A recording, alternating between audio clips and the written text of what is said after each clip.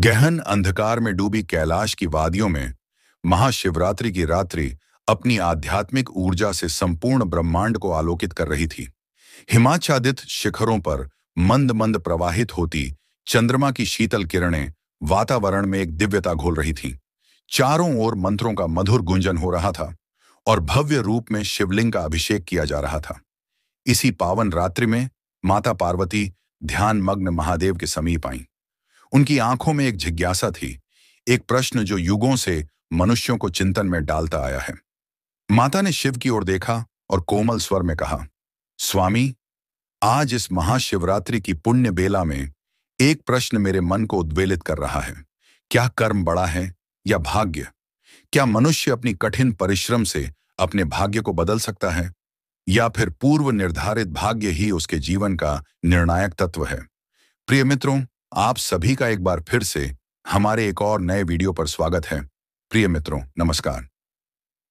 जय श्री राम। आपसे एक विनम्र निवेदन है, अगर आप हमारे इस चैनल पर नए हो तो वीडियो को लाइक करके चैनल को सब्सक्राइब करें और हमें सहयोग करने की कृपा करें। चलिए प्रिय मित्रों, वीडियो विलंब न करते हुए वीडियो का शुभ आरंभ करते हैं। महादेव ने मंद मुस्कान के साथ माता पार्वती की ओर देखा। त्रिनेत्र आध्यात्मिक प्रकाश से दैदीप्यमान था। कुछ क्षणों के मौन के बाद उन्होंने कहा, देवी, तुम्हारे इस प्रश्न का उत्तर एक कथा के माध्यम से दूंगा, जिससे सत्य स्वयं प्रकट होगा। ध्यानपूर्वक सुनो। महादेव की वाणी अमृत के समान गूंज उठी और एक प्राचीन कथा की ओर कथा का प्रवाह बह निकला। महादेव ने अपनी गहरी दृष्टि आकाश की ओर उठाई। हिमालय की वादियों में शीतल समीर बह रही थी और मंदिरों में गूंजते मंत्रों के स्वर वातावरण को और भी दिव्य बना रहे थे। माता पार्वती ने शिव के चरणों में बैठते हुए कहा, स्वामी, मैं आपकी कथा को सुनने के लिए उत्सुक हूं। कृपया मुझे इस जिज्ञासा का समाधान प्रदान करें। महादेव ने अपनी जटाओं को थोड़ा झटकते हुए बोले, देवी, बहुत समय पहले की बात है। एक नगर में एक ब्राह्मण रहता था जिसका नाम आर्यन था। वह अत्यंत विद्वान था, शास्त्रों का झाता था, लेकिन दुर्भाग्यवश निर्धनता ने उसे घेर रखा था।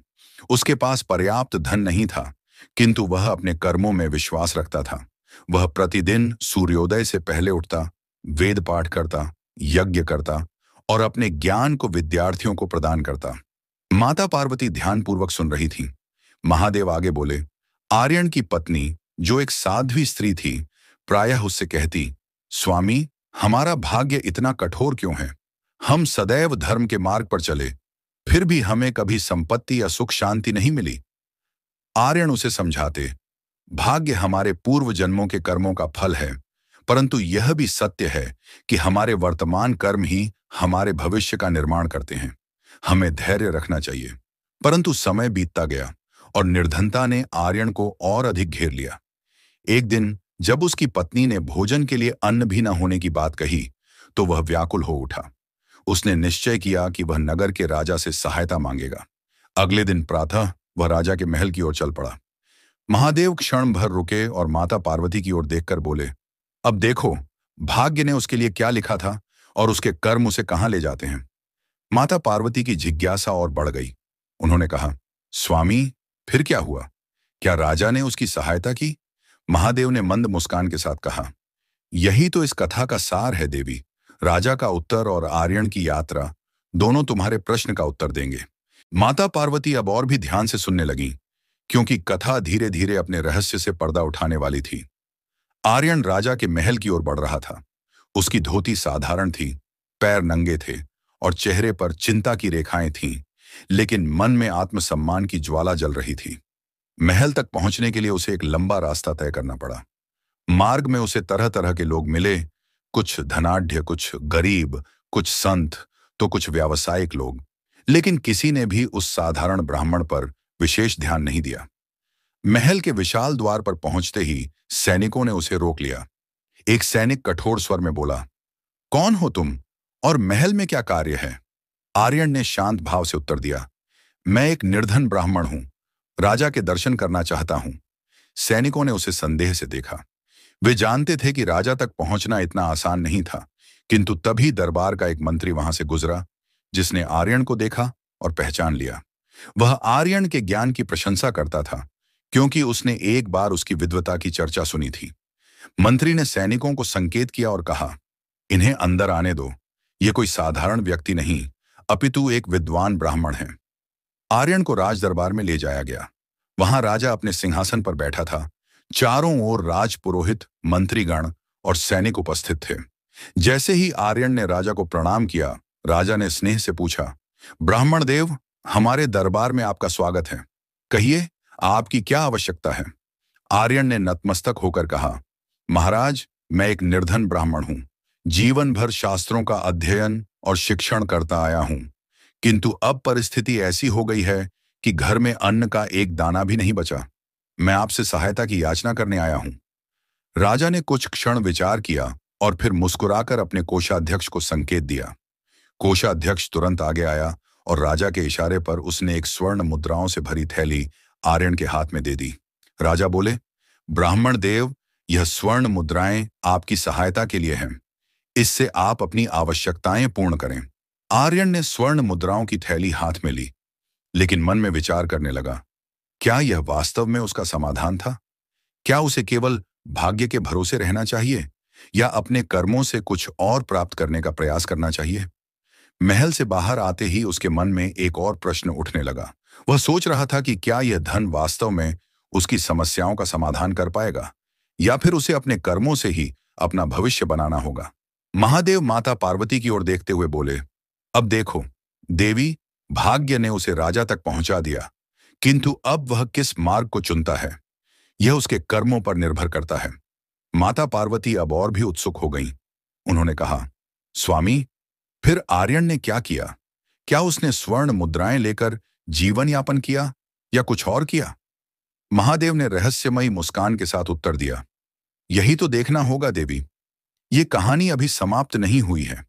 आगे देखो, कर्म और भाग्य की इस यात्रा में आगे क्या घटित होता है। महाशिवरात्रि की वह पावन रात्रि और अधिक गहरी हो चली थी, लेकिन माता पार्वती की जिज्ञासा और भी बढ़ गई थी। महल से बाहर निकलते ही आर्यन के मन में असमंजस बढ़ गया। उसके हाथ में स्वर्ण मुद्राओं की भारी थैली थी, लेकिन हृदय में एक अजीब सी हलचल थी। क्या यह सच में उसका भाग्य था या केवल एक परीक्षा? वह सोच रहा था कि क्या केवल राजा की कृपा से मिला यह धन उसे स्थायी सुख दे सकता है या उसे अपने कर्मों के द्वारा अपने जीवन की दशा सुधारनी चाहिए। चलते चलते वह नगर के एक बड़े वट वृक्ष के नीचे रुका। वहां एक वृद्ध सन्यासी ध्यान मग्न बैठे थे। उनका चेहरा तेज से चमक रहा था और उनके मुखमंडल पर गहरी शांति थी। आर्यन ने उनके चरणों में प्रणाम किया। सन्यासी ने अपनी आंखें खोलीं और मुस्कुराते हुए बोले, वत्स, तुम्हारे मन में कोई प्रश्न चल रहा है, कहो, क्या चिंता है? आर्यन ने हाथ में थैली उठाकर कहा, गुरुदेव, यह स्वर्ण मुद्राएं मुझे राजा से मिली हैं। मैं निर्धन हूं। यह धन मेरे लिए वरदान से कम नहीं, परंतु मेरे मन में यह विचार आ रहा है कि क्या यह मेरा वास्तविक समाधान है या फिर मुझे अपने ही कर्मों से कुछ और पाना चाहिए। सन्यासी ने ध्यानपूर्वक उसकी बात सुनी और फिर मुस्कुराकर बोले, वत्स, यदि कोई नदी सूख जाए और उसे पानी से भरने के लिए बाहर से घड़ा घड़ा जल डाला जाए, तो क्या वह नदी सदा भरी रहेगी? आर्यन ने कुछ क्षण विचार किया और फिर बोला, नहीं गुरुदेव, जब तक उस नदी में स्वयं स्रोत नहीं फूटता, तब तक वह बार बार सूख जाएगी। सन्यासी ने सिर हिलाया, यही तुम्हारे प्रश्न का उत्तर है। यह स्वर्ण मुद्राएं तुम्हारी तात्कालिक आवश्यकता को पूरी कर सकती हैं, लेकिन यदि तुम स्थायी समाधान चाहते हो तो तुम्हें अपने कर्मों के स्रोत को प्रवाहित करना होगा। आर्यन को यह उत्तर सुनकर गहरी अनुभूति हुई। उसने थैली को देखा और मन में एक निश्चय कर लिया। वह वापस अपने घर की ओर चल पड़ा, लेकिन इस बार उसकी चाल में आत्मविश्वास था। घर पहुंचते ही उसकी पत्नी ने अधीरता से पूछा, स्वामी, क्या राजा ने सहायता की? आर्यन ने थैली पत्नी के हाथ में रखते हुए कहा, हां, राजा ने स्वर्ण मुद्राएं दी हैं, लेकिन मैं इन्हें केवल अपने जीवन निर्वाह के लिए उपयोग नहीं करूंगा। मैं इसका उपयोग अपने ज्ञान के प्रसार के लिए करूंगा। पत्नी ने विस्मय से पूछा, पर स्वामी, हम तो स्वयं निर्धन हैं, क्या यह हमारे लिए पर्याप्त नहीं? आर्यन ने दृढ़ स्वर में कहा, यदि मैं इस धन से केवल अपना जीवन यापन करूं तो कुछ वर्षों में यह समाप्त हो जाएगा और हम फिर उसी स्थिति में होंगे। लेकिन यदि मैं इसे शिक्षा और ज्ञान के प्रचार में लगाऊं तो यह केवल हमें ही नहीं बल्कि औरों को भी लाभ देगा। पत्नी ने कुछ क्षण सोचा और फिर मुस्कुराते हुए सिर हिलाया। उसने समझ लिया कि आर्यन ने अपनी नियति को स्वयं गढ़ने का निर्णय ले लिया है। महादेव ने माता पार्वती की ओर देखा और कहा, अब देखो देवी, भाग्य ने उसे राजा तक पहुंचाया, लेकिन उसके कर्मों ने उसे एक नया मार्ग दिखाया। अब यह देखना रोचक होगा कि आगे उसकी यात्रा कैसे आगे बढ़ती है। माता पार्वती की जिज्ञासा अब और भी बढ़ गई थी। उन्होंने कहा, स्वामी, मैं यह जानने के लिए अधीर हूं कि आर्यन का यह निर्णय उसे कहां ले जाएगा। महादेव ने मंद मुस्कान के साथ कहा, तो सुनो आगे की कथा। रात्रि का अंधकार धीरे धीरे गहराने लगा था। आर्यन ने अपने निश्चय को दृढ़ता से स्वीकार कर लिया था। अब वह केवल भाग्य के भरोसे नहीं रहेगा, बल्कि अपने कर्मों से अपने भविष्य को आकार देगा। अगली सुबह जब सूर्य की पहली किरणें नगर पर पड़ीं, तो आर्यन ने अपनी पत्नी से कहा, मैं इन स्वर्ण मुद्राओं का उपयोग केवल अपने घर के लिए नहीं, बल्कि एक विद्या केंद्र स्थापित करने के लिए करूंगा। पत्नी ने आश्चर्य से पूछा, परंतु स्वामी, क्या यह इतना सरल होगा? हमारे पास न तो भूमि है, न साधन। आर्यन ने मुस्कुराकर उत्तर दिया, यही तो परीक्षा है। यदि यह भाग्य द्वारा निर्धारित होता तो सब कुछ सहज ही मिल जाता, लेकिन यदि कर्म से संभव है तो यह प्रयास के माध्यम से पूरा होगा। नगर के कोने में एक पुराना जर्जर आश्रय स्थल था, जहां पहले एक गुरुकुल हुआ करता था। समय के थपेड़ों ने उसे वीरान कर दिया था। आर्यन ने वहां जाने का निश्चय किया। जब वह वहां पहुंचा तो उसने देखा कि वह स्थान उपेक्षित पड़ा है। दीवारें टूटी हुई थीं और आसपास झाड़ झंखाड़ उगाए थे, लेकिन आर्यन को लगा कि यही स्थान उसके उद्देश्य के लिए उपयुक्त है। उसने नगर के कुछ वरिष्ठ लोगों से चर्चा की और राजा से निवेदन किया कि इस स्थल को फिर से एक शिक्षा केंद्र के रूप में पुनर्जीवित करने की अनुमति दी जाए। राजा, जो पहले ही उसकी विद्वता से प्रभावित था, ने सहर्ष अनुमति दे दी। अब आर्यन के पास स्थान भी था और स्वर्ण मुद्राएं भी, परंतु एक समस्या थी। वह अकेला यह कार्य कैसे कर सकता था? नगर में कुछ ऐसे युवा थे जो ज्ञान प्राप्त करना चाहते थे, परंतु उनके पास कोई मार्गदर्शन नहीं था। आर्यन ने उन युवाओं को बुलाया और कहा, यदि हम सभी मिलकर परिश्रम करें तो यह स्थान फिर से एक ज्ञान स्थली बन सकता है। यह केवल मेरा नहीं, बल्कि हम सबका प्रयास होगा। धीरे धीरे नगर के लोग भी इस कार्य में रुचि लेने लगे। कुछ ने श्रमदान किया, कुछ ने लकड़ी, पत्थर और अन्य निर्माण सामग्री दी, और कुछ ने अपनी सेवाएं अर्पित की। दिन बीतते गए और धीरे धीरे वह जर्जर स्थान एक बार फिर से एक सुंदर गुरुकुल के रूप में उभरने लगा। माता पार्वती यह कथा सुनते सुनते अब और भी उत्सुक हो गईं। उन्होंने महादेव से कहा, स्वामी, यह तो अद्भुत है। आर्यन ने केवल अपने लिए नहीं, बल्कि पूरे नगर के लिए एक प्रकाश स्तंभ जलाने का निश्चय किया। लेकिन क्या उसे अपने इस प्रयास में कोई बाधा नहीं मिली? महादेव मंद मुस्कान के साथ बोले, देवी, जब कोई अपने कर्मों के बल पर आगे बढ़ता है तो परीक्षा अवश्य आती है। देखो आगे क्या होता है। महाशिवरात्रि की वह पावन रात्रि और अधिक गहरी हो गई थी, लेकिन कथा अभी और आगे बढ़नी थी। गुरुकुल का निर्माण धीरे धीरे आगे बढ़ रहा था। नगर के लोग भी अब आर्यन की तपस्या को देखकर प्रभावित होने लगे थे। जहां पहले लोग उसे केवल एक निर्धन ब्राह्मण समझते थे, वहीं अब वे उसकी लगन और समर्पण से प्रेरणा लेने लगे। लेकिन हर महान कार्य की राह में बाधाएं तो आती ही हैं। नगर में एक धनाढ्य व्यापारी था, सुदर्शन, जो अपनी संपत्ति और प्रभाव के कारण स्वयं को नगर का सबसे शक्तिशाली व्यक्ति मानता था। जब उसने देखा कि आर्यन बिना किसी निजी स्वार्थ के नगर में ज्ञान का एक नया दीपक प्रज्वलित कर रहा है, तो उसके मन में ईर्ष्या उत्पन्न हुई। एक दिन जब आर्यन अपने शिष्यों के साथ गुरुकुल की मरम्मत कर रहा था, तब सुदर्शन वहां अपने कुछ अनुचरों के साथ पहुंचा। उसने व्यंग्य भरे स्वर में कहा, ब्राह्मण देव, यह सब करने का क्या लाभ? क्या आपको सच में लगता है कि यह गुरुकुल फिर से चलेगा? नगर के लोग अब व्यापार में रुचि रखते हैं, शिक्षा में नहीं। आप अपनी ऊर्जा व्यर्थ कर रहे हैं। आर्यन ने शांत स्वर में उत्तर दिया, विद्या का दीपक कभी व्यर्थ नहीं जाता सुदर्शन जी। जिस दिन एक भी छात्र यहां से ज्ञान प्राप्त करेगा और इसे आगे बढ़ाएगा, उस दिन मेरा परिश्रम सफल हो जाएगा। सुदर्शन को यह उत्तर पसंद नहीं आया। उसने ठहाका लगाकर कहा, यदि तुम वास्तव में इतने ही बड़े ज्ञानी हो तो अपने ज्ञान से धन अर्जित करके दिखाओ। तुम स्वयं निर्धन हो और दूसरों को क्या सिखाओगे? आर्यन ने मुस्कुराते हुए उत्तर दिया, सुदर्शन जी, जो केवल धन अर्जित करने के लिए ज्ञान प्राप्त करता है, वह उस अमृत से वंचित रह जाता है जो सच्चे ज्ञान के साथ आता है। धन क्षणिक है, लेकिन विद्या अनंत है। सुदर्शन को यह सुनकर क्रोध आ गया। उसने नगर के कुछ प्रभावशाली लोगों को आर्यन के विरुद्ध भड़काना शुरू किया। उसने अफवाह फैलाई कि यदि नगर के युवा शिक्षा की ओर उन्मुख हो गए तो वे व्यापार और खेती से विमुख हो जाएंगे, जिससे नगर का आर्थिक संतुलन बिगड़ जाएगा। धीरे धीरे कुछ लोग आर्यन से दूरी बनाने लगे। इस बीच गुरुकुल का कार्य आगे बढ़ रहा था, लेकिन सहयोग करने वाले लोगों की संख्या धीरे धीरे घटने लगी। कुछ शिष्यों के माता पिता ने भी उन्हें वहां जाने से रोक दिया। आर्यन समझ गया कि यह सुदर्शन की चाल थी, लेकिन उसने किसी से कोई शिकायत नहीं की। एक दिन राजा ने इस स्थिति के बारे में सुना और उसने आर्यन को अपने दरबार में बुलाया। आर्यन राजा के सामने पहुंचा और नमन किया। राजा ने गंभीर स्वर में कहा, ब्राह्मण देव, मैं सुन रहा हूं कि आपके गुरुकुल के कारण नगर में कुछ लोग असंतुष्ट हैं। मैं स्वयं यह समझना चाहता हूं कि आप जो कर रहे हैं वह नगर के लिए कितना उपयोगी है।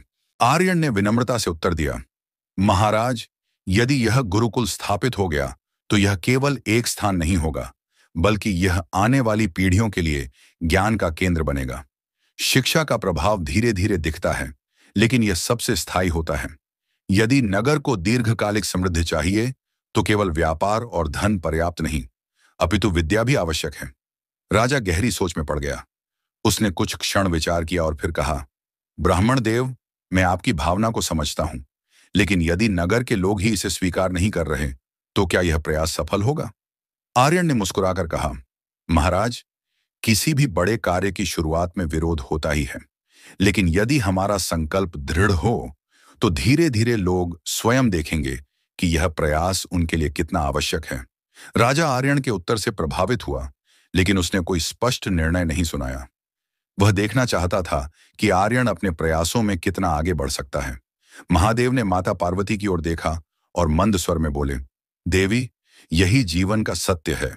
जब कोई अपने कर्मों से कुछ बड़ा करने का प्रयास करता है तो उसे अवश्य ही बाधाओं का सामना करना पड़ता है।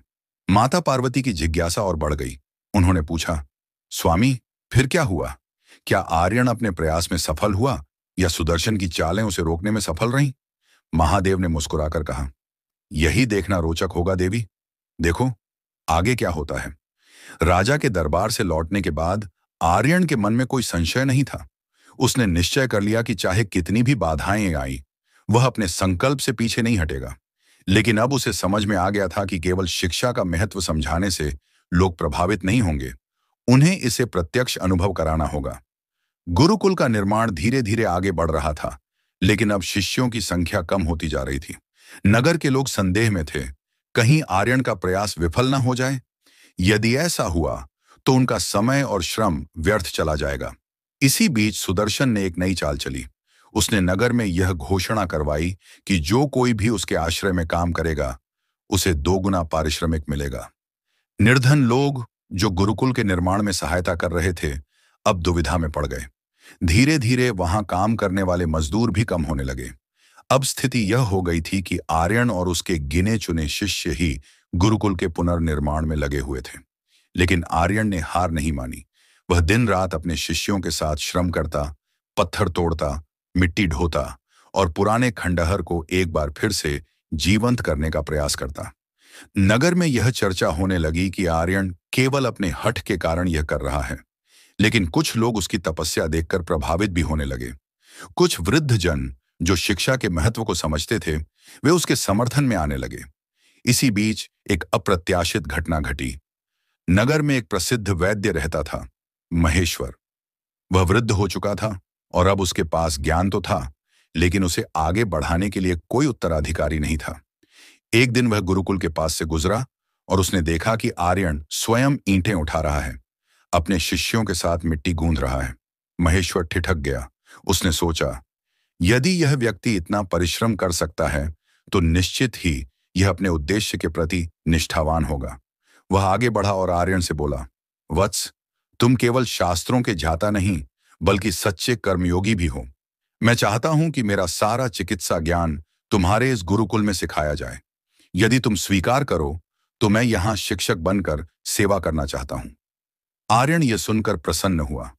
उसने श्रद्धा से महेश्वर के चरण स्पर्श किए और कहा, गुरुवर, यदि आप अपने ज्ञान को हमें प्रदान करेंगे तो यह हमारे लिए सबसे बड़ी कृपा होगी। अब गुरुकुल को केवल एक विद्या केंद्र नहीं, बल्कि एक चिकित्सा शिक्षा केंद्र के रूप में भी पहचान मिलने लगी। नगर के कुछ लोगों को यह बात अच्छी लगी। वे सोचने लगे कि यदि यहाँ उनके बालक केवल शास्त्र ही नहीं, बल्कि चिकित्सा भी सीखेंगे, तो यह उनके लिए भी उपयोगी सिद्ध होगा। लेकिन यह बात सुदर्शन को सहन नहीं हुई। वह नहीं चाहता था कि आर्यन का प्रयास सफल हो। उसने नगर में यह प्रचार करवाना शुरू कर दिया कि यह गुरुकुल केवल ब्राह्मणों के लिए है। यहाँ केवल कुछ ही वर्गों के लोग शिक्षा प्राप्त कर पाएंगे। अब फिर से नगर में संशय फैलने लगा। कुछ लोगों ने अपने बच्चों को वहां भेजने से मना कर दिया। महादेव यह कथा सुनाते हुए मुस्कुराए और माता पार्वती की ओर देखा। देखो देवी, जब भी कोई सच्चे कर्म के मार्ग पर बढ़ता है तो उसे केवल बाहरी ही नहीं, बल्कि मानसिक संघर्षों से भी गुजरना पड़ता है। सुदर्शन केवल बाहरी बाधाएं खड़ी नहीं कर रहा, बल्कि लोगों के मन में संदेह भी भर रहा है। माता पार्वती की जिज्ञासा और भी बढ़ गई। उन्होंने पूछा, स्वामी, फिर क्या हुआ? क्या आर्यन इस नई बाधा से उबर पाया? महादेव ने मंद मुस्कान के साथ कहा, यही देखने योग्य है देवी। देखो आगे क्या होता है। सुदर्शन की नई चाल ने नगर में एक अजीब सी दुविधा उत्पन्न कर दी थी। कुछ लोग जो पहले आर्यन के प्रयासों की सराहना कर रहे थे, अब शंका करने लगे थे। वे सोच रहे थे कि यदि यह गुरुकुल केवल एक वर्ग के लिए सीमित रहा तो उनके बच्चों को इसमें प्रवेश कैसे मिलेगा। आर्यन ने यह सब सुना, लेकिन उसने कोई प्रतिक्रिया नहीं दी। उसने सोचा, मैं शब्दों से नहीं, अपने कर्मों से उत्तर दूंगा। अब वह नगर के आम लोगों से मिलना शुरू कर दिया। वह छोटे व्यापारियों, किसानों, कारीगरों के पास गया और उनसे कहा, यह गुरुकुल केवल ब्राह्मणों के लिए नहीं, बल्कि हर उस व्यक्ति के लिए है जो ज्ञान प्राप्त करना चाहता है। विद्या का कोई जाति, धर्म, वर्ग नहीं होता। यह सूर्य के प्रकाश के समान है जो सभी को समान रूप से प्रकाश देता है। धीरे धीरे कुछ लोगों को सुदर्शन की बातों पर संदेह होने लगा। वे सोचने लगे कि अगर आर्यन केवल ब्राह्मणों के लिए गुरुकुल बना रहा होता तो वह नगर के हर व्यक्ति से जाकर संवाद क्यों करता। इस बीच महेश्वर वैद्य ने भी नगर के रोगियों का निःशुल्क उपचार करना शुरू कर दिया। उसने नगर के लोगों को समझाया कि इस गुरुकुल में चिकित्सा, ज्योतिष, गणित, वेदों का अध्ययन और व्यावहारिक ज्ञान, सभी विषयों की शिक्षा दी जाएगी। यह केवल एक धार्मिक शिक्षा केंद्र नहीं, बल्कि एक संपूर्ण ज्ञानपीठ बनने वाला था। अब नगर के कुछ प्रभावशाली लोग भी आर्यन के समर्थन में आने लगे। कुछ धनिकों ने गुरुकुल को आर्थिक सहायता देने की भी इच्छा जताई। यह देखकर सुदर्शन अत्यधिक क्रोधित हुआ। अब सुदर्शन ने एक और नई चाल चली। उसने नगर के सबसे प्रतिष्ठित साधु अग्निदत्त स्वामी को अपने पक्ष में करने का प्रयास किया।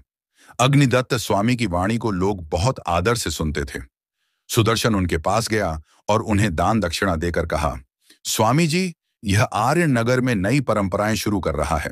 यदि यह इसी तरह बढ़ता रहा तो हमारी पुरानी परंपराएं नष्ट हो जाएंगी। क्या यह उचित होगा? अग्निदत्त स्वामी गंभीर हो गए। उन्होंने कहा, यदि ऐसा है तो मैं स्वयं जाकर देखूंगा कि यह ब्राह्मण क्या कर रहा है। अगले दिन अग्निदत्त स्वामी अपने कुछ शिष्यों के साथ गुरुकुल पहुंचे। उस समय आर्यन और उसके कुछ शिष्य मिट्टी की दीवारों को मजबूत कर रहे थे। उन्हें देखकर सभी शिष्य रुक गए और आदरपूर्वक खड़े हो गए। अग्निदत्त स्वामी ने कड़क स्वर में पूछा, ब्राह्मण, मैंने सुना है कि तुम इस गुरुकुल में परंपराओं के विपरीत शिक्षा दे रहे हो। क्या यह सत्य है? आर्यन ने विनम्रता से उत्तर दिया, स्वामी जी, यह गुरुकुल किसी परंपरा के विरोध में नहीं, बल्कि सभी के उत्थान के लिए बनाया जा रहा है। यदि विद्या का उद्देश्य केवल एक वर्ग तक सीमित कर दिया जाए तो क्या यह अन्याय नहीं होगा? अग्निदत्त स्वामी कुछ सोच में पड़ गए। उन्होंने चारों ओर देखा। वहां ब्राह्मणों के साथ साथ किसान, व्यापारी, कारीगरों के बच्चे भी मौजूद थे। उन्होंने एक बालक से पूछा, वत्स, तुम यहाँ क्या सीख रहे हो? बालक ने उत्तर दिया, स्वामी जी, मैं यहाँ गणित सीख रहा हूँ ताकि अपने पिता के व्यापार में सहायता कर सकूं। फिर उन्होंने एक अन्य बालक से पूछा, और तुम? उसने उत्तर दिया, स्वामी जी, मैं यहाँ औषधियों का ज्ञान प्राप्त कर रहा हूँ ताकि गांव के रोगियों का उपचार कर सकूं। यह सुनकर अग्निदत्त स्वामी का हृदय बदलने लगा। उन्होंने आर्यन की ओर देखा और कहा, वत्स, मैं देख रहा हूं कि तुम्हारा उद्देश्य पवित्र है, लेकिन क्या तुम लोगों को यह विश्वास दिला सकते हो कि यह गुरुकुल सभी के लिए है? आर्यन ने मुस्कुराकर कहा, स्वामी जी, यदि मैं अपने कर्मों से यह सिद्ध न कर पाया तो मैं स्वयं इस गुरुकुल का त्याग कर दूंगा।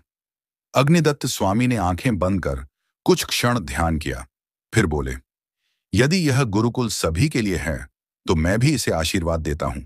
मैं देखना चाहता हूं कि यह भविष्य में कैसे विकसित होता है। यह सुनकर नगर के लोग और भी अधिक प्रभावित हुए।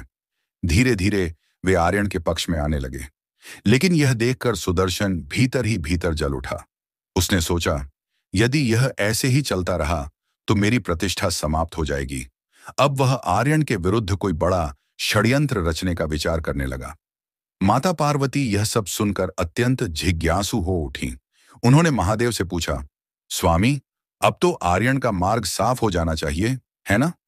महादेव मंद मुस्कान के साथ बोले, देवी, जब कोई व्यक्ति अपने कर्म से कुछ बड़ा करने का प्रयास करता है तो विरोध भी उतना ही प्रबल होता है। अभी आर्यन की परीक्षा पूरी नहीं हुई है। देखो आगे क्या होता है। सुदर्शन को जब यह पता चला कि अग्निदत्त स्वामी ने आर्यन के गुरुकुल को आशीर्वाद दे दिया है तो उसका क्रोध और अधिक बढ़ गया। वह सोचने लगा कि यदि उसने शीघ्र ही कोई ठोस कदम नहीं उठाया तो नगर के लोग पूरी तरह आर्यन के पक्ष में आ जाएंगे और उसकी वर्षों की प्रतिष्ठा नष्ट हो जाएगी। अब उसे आर्यन को रोकने के लिए कुछ ऐसा करना था जिससे नगर में फिर से भय और भ्रम का वातावरण पैदा हो जाए। उसने अपने कुछ अनुचरों को बुलाया और बोला, अब समय आ गया है कि हम केवल शब्दों से नहीं बल्कि क्रियाओं से आर्यन के कार्यों को रोकें। उस रात जब पूरा नगर गहरी नींद में सो रहा था, सुदर्शन के कुछ अनुचर चुपचाप गुरुकुल की ओर बढ़े। उनके पास मशालें थीं और उनका उद्देश्य स्पष्ट था, गुरुकुल को नष्ट करना। जैसे ही वे गुरुकुल पहुंचे, उन्होंने वहां रखी हुई सूखी लकड़ियों और छप्पर में आग लगाने की कोशिश की, लेकिन तभी अंदर से किसी की आवाज आई, कौन है वहां? यह आर्यन था, जो रात के समय भी अपने कुछ शिष्यों के साथ ग्रंथों का अध्ययन कर रहा था। उसकी तेज दृष्टि ने तुरंत उन पर पड़ते ही भांप लिया कि वे यहां किसी बुरी नीयत से आए हैं। आर्यन ने बिना समय गंवाए एक जलता हुआ दीपक उठाया और उसकी रोशनी में उन चेहरों को देखने की कोशिश की। अनुचर घबरा गए और भागने लगे। आर्यन और उसके शिष्यों ने उनका पीछा किया, लेकिन वे अंधेरे का लाभ उठाकर नगर की गलियों में लुप्त हो। अगली सुबह जब यह बात नगर में फैली कि किसी ने गुरुकुल को जलाने का प्रयास किया तो लोग चौंक गए। कुछ लोग भयभीत हो गए तो कुछ क्रोधित। नगर के प्रमुख व्यक्ति गुरुकुल पहुंचे और आर्यन से पूछा, क्या तुम जानते हो कि यह किसने किया? आर्यन ने गंभीरता से उत्तर दिया, मैं किसी का नाम नहीं लेना चाहता, लेकिन यह निश्चित है कि यह प्रयास केवल मेरे गुरुकुल को रोकने के लिए किया गया था।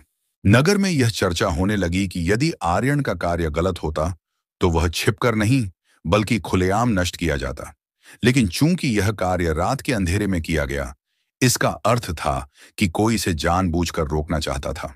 अब लोग आर्यन के और अधिक समर्थन में आने लगे। वे समझ गए कि यदि कोई गुरुकुल के विरोध में इतना आगे बढ़ सकता है तो निश्चित ही आर्यन कुछ महत्वपूर्ण कर रहा है। जब सुदर्शन को यह पता चला कि उसकी योजना उलटी पड़ गई और लोग अब और अधिक आर्यन के पक्ष में हो गए हैं, तो उसने एक नई योजना बनाई।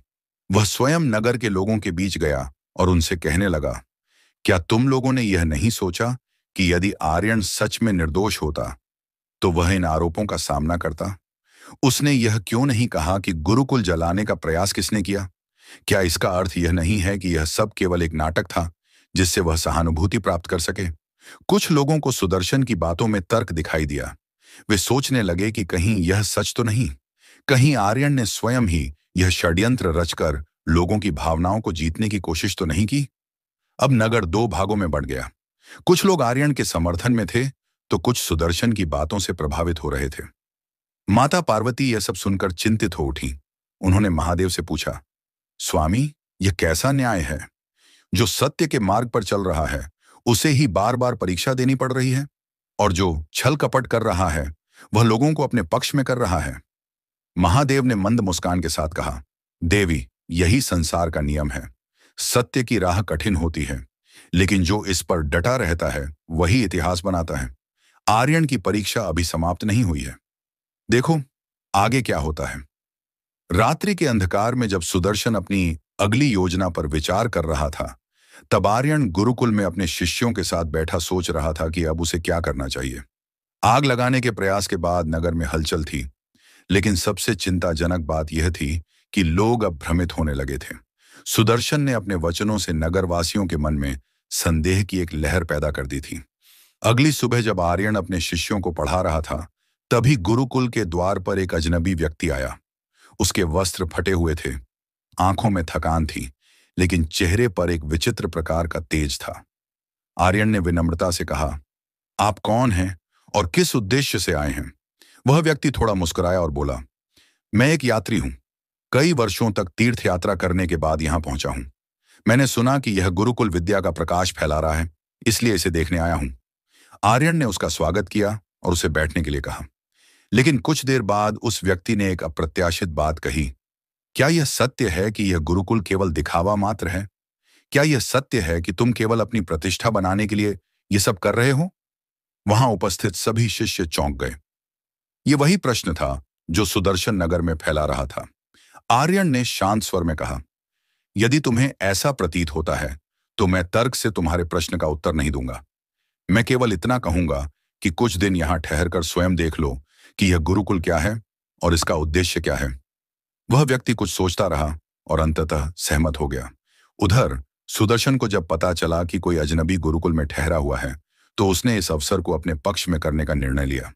उसने नगर में यह बात फैलानी शुरू कर दी कि वह व्यक्ति कोई आम यात्री नहीं, बल्कि एक विशेष दूत है जो यह जांचने आया है कि आर्यन वास्तव में क्या कर रहा है। धीरे धीरे नगर में चर्चाएं होने लगीं। यदि आर्यन निर्दोष होता तो किसी को यह जांच करने की आवश्यकता ही क्यों पड़ती?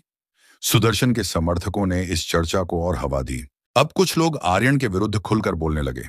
वे कहने लगे कि यदि यह गुरुकुल वास्तव में धर्म और ज्ञान का केंद्र है, तो इसे प्रमाणित करने की आवश्यकता क्यों पड़ रही है? इधर वह यात्री जो अब तक गुरुकुल में रहकर सब कुछ देख रहा था, धीरे धीरे समझने लगा था कि यहां जो शिक्षा दी जा रही है वह किसी भी भेदभाव से परे है।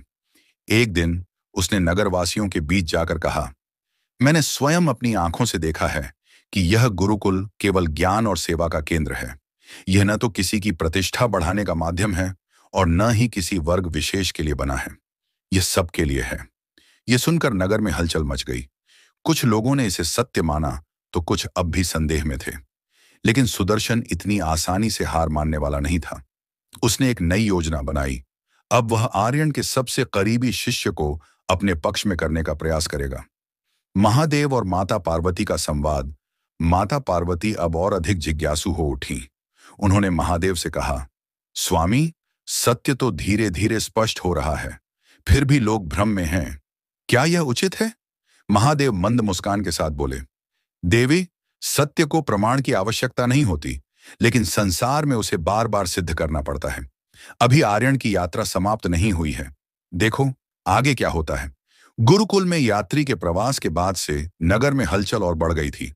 कुछ लोग आर्यन के पक्ष में मजबूती से खड़े थे, तो कुछ अब भी सुदर्शन के बहकावे में थे। लेकिन अब सुदर्शन की योजना और भी खतरनाक हो गई थी। वह अब आर्यन के सबसे प्रिय शिष्य देवदत्त को अपने पक्ष में करने की कोशिश कर रहा था। देवदत्त आर्यन का सबसे योग्य और प्रिय शिष्य था। वह बचपन से ही गुरुकुल में रहकर अध्ययन कर रहा था और आर्यन की शिक्षाओं को हृदय से अपनाया था। लेकिन हाल ही में नगर में फैली अफवाहों ने उसके मन में हल्का सा संदेह जगा दिया था। एक दिन जब वह नदी किनारे ध्यान कर रहा था, तभी सुदर्शन के कुछ अनुचर उसके पास आए। देवदत्त, तुम आर्यन के सबसे प्रिय शिष्य हो, इसलिए हम तुमसे कुछ पूछना चाहते हैं, उनमें से एक बोला। देवदत्त ने आंखें खोलीं और शांत स्वर में कहा, पूछो। क्या तुम्हें कभी ऐसा नहीं लगा कि गुरुकुल में जो हो रहा है वह केवल दिखावा है? आर्यन स्वयं अपने लाभ के लिए यह सब कर रहे हैं।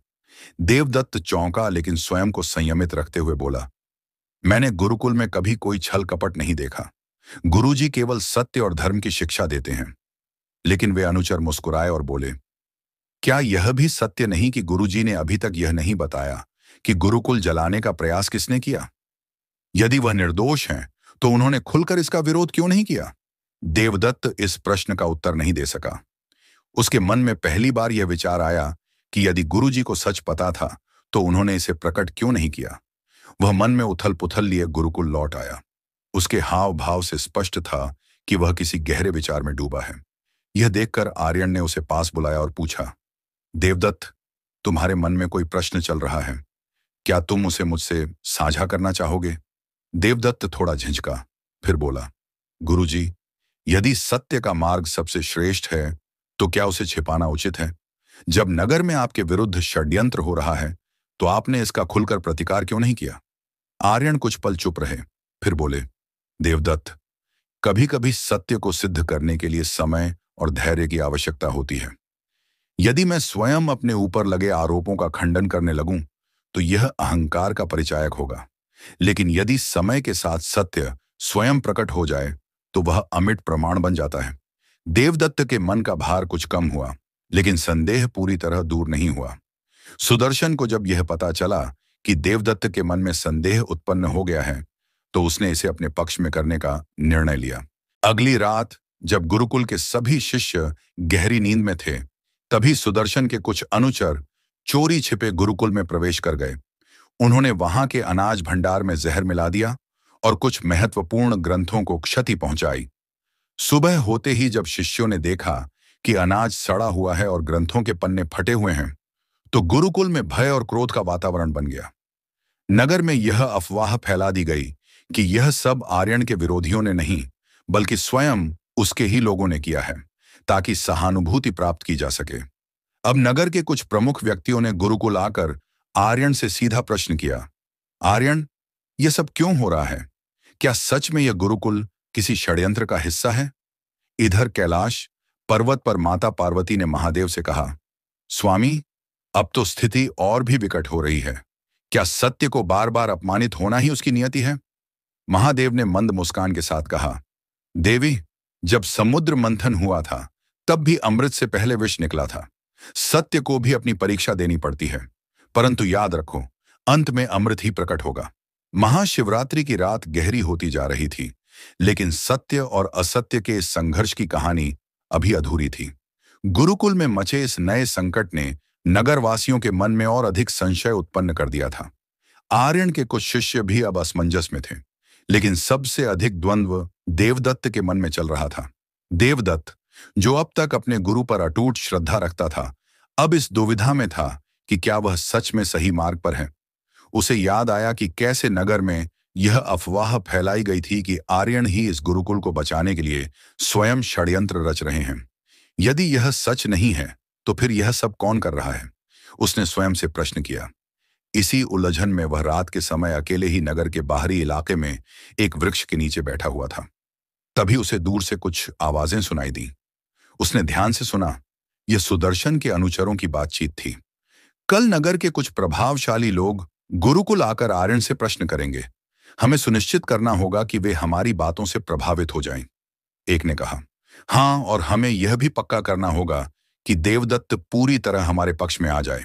यदि वह आर्यन का साथ छोड़ दे, तो बाकी शिष्य भी विचलित हो जाएंगे। दूसरे ने उत्तर दिया। यह सुनकर देवदत्त का संदेह और गहरा हो गया। वह समझ गया कि नगर में जो कुछ भी हो रहा था, वह केवल संयोग नहीं था, बल्कि इसे योजनाबद्ध तरीके से फैलाया जा रहा था। अगले दिन नगर के कुछ प्रतिष्ठित व्यक्ति गुरुकुल पहुंचे। उनके चेहरे पर गंभीरता थी। आर्यन, उनमें से एक ने कहा, हम तुम्हारे ज्ञान और धैर्य की प्रशंसा करते हैं, लेकिन अब हमें स्पष्ट उत्तर चाहिए। गुरुकुल में जो घटनाएं हो रही हैं, वे क्यों हो रही हैं? और यदि कोई तुम्हारे विरुद्ध षड्यंत्र कर रहा है, तो तुम इसका खुलासा क्यों नहीं कर रहे? आर्यन शांत स्वर में बोले, सत्य को प्रकट होने के लिए समय चाहिए। यदि मैं अभी ही किसी पर आरोप लगाऊं, तो यह केवल विवाद को जन्म देगा। लेकिन मैं आप सभी को आश्वस्त करता हूं कि सत्य शीघ्र ही स्वयं स्पष्ट हो जाएगा। लेकिन नगर के कुछ लोग इससे संतुष्ट नहीं थे। यदि तुम निर्दोष हो, तो प्रमाण दो, एक वृद्ध ने कठोर स्वर में कहा। आर्यन कुछ कहने ही वाले थे कि तभी देवदत्त ने आगे बढ़कर कहा, गुरुजी ने कभी भी स्वयं के पक्ष में कोई प्रमाण देने की आवश्यकता नहीं समझी, परंतु यदि सत्य की रक्षा करनी है, तो अब हमें भी मौन नहीं रहना चाहिए। इस बीच सुदर्शन को जब पता चला कि देवदत्त अब उसके पक्ष में आने के बजाय सच्चाई तक पहुंचने की कोशिश कर रहा है, तो उसने एक नई योजना बनाई। रात के समय जब पूरा गुरुकुल सो रहा था, तभी एक रहस्यमयी व्यक्ति वहां पहुंचा। वह सीधा देवदत्त के कक्ष में गया और एक पत्र रखकर चला गया। सुबह जब देवदत्त ने पत्र पढ़ा, तो वह चौंक गया। उसमें लिखा था, यदि तुम सच में सत्य की खोज करना चाहते हो, तो आज रात पुराने शिव मंदिर के पीछे आओ। वहां तुम्हें तुम्हारे सभी प्रश्नों के उत्तर मिल जाएंगे। ये पत्र किसने भेजा था, और क्या सच में वहां जाने से उसे उत्तर मिलेंगे, या यह भी सुदर्शन की कोई नई चाल थी? कैलाश पर्वत पर माता पार्वती ने महादेव से पूछा, स्वामी, अब सत्य प्रकट होने के निकट है, लेकिन क्या देवदत्त सही निर्णय ले पाएगा? महादेव ने मंद मुस्कान के साथ कहा, देवी, हर व्यक्ति को अपने जीवन में एक क्षण ऐसा मिलता है जब उसे अपने विश्वास की परीक्षा देनी पड़ती है। देवदत्त उस मोड़ पर खड़ा है। अब यह देखना होगा कि वह सत्य की ओर बढ़ता है या छलावे में फंस जाता है। रात का अंधकार घना हो चला था। देवदत्त पत्र में दिए गए स्थान पुराने शिव मंदिर की ओर बढ़ रहा था। उसके मन में द्वंद्व था, क्या वह सच में सत्य के करीब है या किसी षड्यंत्र की ओर बढ़ रहा है। जब वह मंदिर पहुंचा तो उसने देखा कि सुदर्शन और उसके कुछ अनुचर पहले से वहां मौजूद थे। सुदर्शन मंद मुस्कान के साथ बोला, देवदत्त, मुझे पता था कि तुम आओगे। आखिरकार तुम्हें भी सच जानने की इच्छा थी। मुझे सच ही चाहिए, देवदत्त ने दृढ़ स्वर में कहा, लेकिन मुझे यह विश्वास नहीं कि तुम मुझे वह बताने आए हो। सुदर्शन हंस पड़ा, सत्य केवल वही होता है जो शक्तिशाली व्यक्ति घोषित करता है। यदि तुम मेरे पक्ष में आ जाओ तो मैं तुम्हें शक्ति और प्रतिष्ठा दोनों दूंगा। गुरुकुल का क्या होगा, ये मेरे हाथ में है। देवदत्त यह सुनकर चौंका। वह समझ गया कि यह पूरा षड्यंत्र केवल आर्यन को नीचा दिखाने और गुरुकुल को नष्ट करने के लिए रचा गया था। अब उसमें कोई संदेह नहीं था। मुझे तुम्हारी शक्ति नहीं चाहिए, देवदत्त ने दृढ़ता से उत्तर दिया। मैं अपने कर्मों पर विश्वास करता हूं और मैं जानता हूं कि कर्म ही भाग्य का निर्माण करता है। सुदर्शन को देवदत्त से ऐसी प्रतिक्रिया की उम्मीद नहीं थी। उसके चेहरे पर क्रोध उभर आया, लेकिन इससे पहले कि वह कुछ करता, वहां कुछ अन्य लोग भी पहुंच गए। नगर के प्रतिष्ठित व्यक्ति, आर्यन और गुरुकुल के अन्य शिष्य। अब और छल कपट नहीं, नगर के एक वृद्ध व्यक्ति ने क्रोधित स्वर में कहा, हमने सब सुन लिया है। गुरुकुल के कुछ शिष्यों ने सुदर्शन और उसके अनुचरों को पकड़ लिया। नगर में यह बात फैल गई कि सुदर्शन ही गुरुकुल को बदनाम करने और आर्यन को अपमानित करने के पीछे था। तुम्हें क्या मिला इस छल कपट से, आर्यन ने सुदर्शन से पूछा। सुदर्शन हंसा, लेकिन उसकी हंसी में अब पराजय झलक रही थी। मैं केवल भाग्य को नियंत्रित करना चाहता था। मैं चाहता था कि लोग मेरा अनुसरण करें, तुम्हारा नहीं। लेकिन भाग्य किसी के अधीन नहीं होता, आर्यन ने उत्तर दिया। भाग्य उन्हीं का साथ देता है जो अपने कर्मों से उसे आकार देते हैं, और तुमने अपने कर्मों से अपना भाग्य स्वयं लिख दिया है। नगर के लोगों ने अब आर्यन की सत्यनिष्ठा को स्वीकार कर लिया। गुरुकुल में पुनः शांति लौट आई। महादेव और माता पार्वती का अंतिम संवाद। कैलाश पर्वत पर माता पार्वती ने महादेव से पूछा, स्वामी, तो अब यह सिद्ध हुआ कि कर्म ही बड़ा है। महादेव ने मंद मुस्कान के साथ उत्तर दिया, देवी, कर्म और भाग्य अलग नहीं है। भाग्य वह भूमि है जिस पर हम खड़े होते हैं, और कर्म वह बीज है जो हम उसमें बोते हैं। यदि हम उचित कर्म करें तो भाग्य भी हमारे अनुरूप ही विकसित होता है। जो यह समझ लेता है वही अपने जीवन का वास्तविक निर्माता बन जाता है। महाशिवरात्रि की रात समाप्त हो रही थी, लेकिन जो शिक्षा इस रात ने दी वह अमर थी। कर्म ही भाग्य का निर्माण करता है, और जो अपने कर्मों में दृढ़ रहता है वही सच्चे अर्थों में अपने भाग्य का स्वामी बनता है।